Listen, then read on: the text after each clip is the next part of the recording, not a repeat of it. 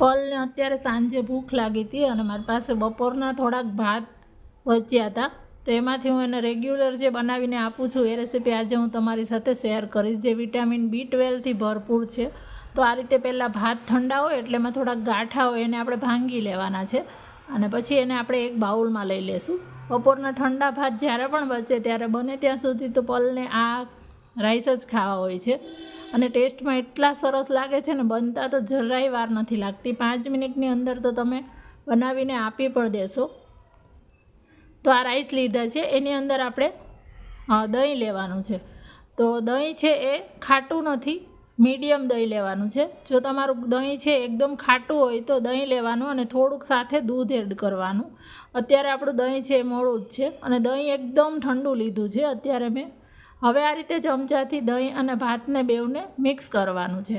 હવે આમાં દહીંની ચોઈસ છે જે રીતે ભાવે એ પ્રમાણે લેવાની છે, વધારે ઓછી તમે કરી શકો છો. એકવાર મિક્સ કર્યું અને આપણે ફરીથી 1 ટેબલ સ્પૂન જેટલું દહીં લેવાનું છે. એકદમ ક્રીમી આ થઈ જાય એવા પલને ભાવે છે એટલે હું એટલું દહીં એડ કરું છું. એને એકદમ કડક ને ઓછા દહીંવાળા નથી ભાવતા. જો આ રીતે ક્રીમી એનું ટેક્સચર આવી જાય એવા આપણે એને એના માટે બનાવ્યા છે. હવે આની અંદર આપણે પહેલાં સ્વાદ પ્રમાણે મીઠું લઈ લેશું. ભાત બાફતી વખતે જો તમે મીઠું લીધું હોય તો અત્યારે એ રીતે લેવાનું અને આ ઓપ્શનલ છે, પણ હું 1 ચમચી એને મીઠું દહીં ભાવે છે એટલે 1 ચમચી એને ખાંડવાળા ભાવે છે. તમે ના એડ કરવી હોય તો ના પણ એડ કરી શકો. હવે એને દહીંની અંદર ખાંડ અને મીઠું મિક્સ થઈ જાય એટલું આને મિક્સ કરી લેવાનું છે. પહેલાં આ રીતે આ મિશ્રણ કરીને અથવા તો બનાવીને તમે ફ્રીજમાં પણ રાખી શકો છો. એકદમ ઠંડા થઈ જશે ઉનાળામાં તો એમ પણ ખાવાની મજા આવે છે ગરમીમાં.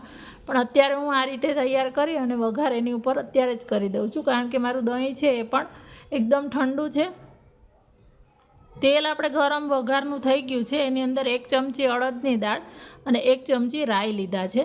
આપણી રાઈ છે એ મસ્ત ફૂટવા લાગી છે. જો તેલ એકદમ સરસ ગરમ થઈ ગયું છે એટલે હવે આપણે ગેસ બંધ કરી દઈશું અને આની અંદર મેં 1 ટેબલ સ્પૂન જેટલા કાજુના ટુકડા લીધા છે. આની અંદર 1 સૂકું લાલ મરચું લેવાનું છે અને મીઠો લીમડો લેવાનો છે, જેનો સ્વાદ આની અંદર બહુ સરસ લાગે છે. આ સાઉથ ઇન્ડિયન છે કર્ડ રાઈસ એટલે આની અંદર લીમડો, રાઈ અને આ ઉપરથી થોડીક હિંગ લઈ આ મિશ્રણ છે વઘાર આપણો જો મસ્ત તૈયાર થઈ ગયો છે. દાળ પણ ગુલાબી થઈ ગઈ છે. આની અંદર જે દાળનો ક્રંચ આવશે ને એ ચાવવામાં બહુ મસ્ત લાગે છે. જો આ રીતે. અને અત્યારે સાંજે ભૂખ લાગે ત્યારે આ બનાવવામાં વાર નથી લાગતી. વઘાર આપણે આની ઉપર દહીં ઉપર લઈ લીધો છે, દહીંનું જે મિશ્રણ છે, અને એકદમ સરસ આને મિક્સ કરી લેવાનું છે. અને અત્યારે સાંજે ભૂખ એવી રીતે આપણને લાગે કે પછી જો કંઈક વધારે હેવી ખાઈ લઈએ તો પછી રાત્રે ના જમવામાં ચાલે. એટલા માટે અત્યારે આવું લાઇટ, આ એકદમ લાઇટ પણ છે અને હેલ્ધી પણ છે.